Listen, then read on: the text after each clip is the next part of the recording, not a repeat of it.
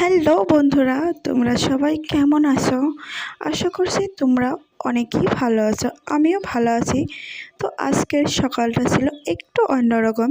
আমি সকাল সকাল ঘুম থেকে উঠে দেখি অনেকটা রোদ উঠে গেছে। তো এখন না আমাদের এখানে বেশ ঠান্ডাও পড়ে গেছে।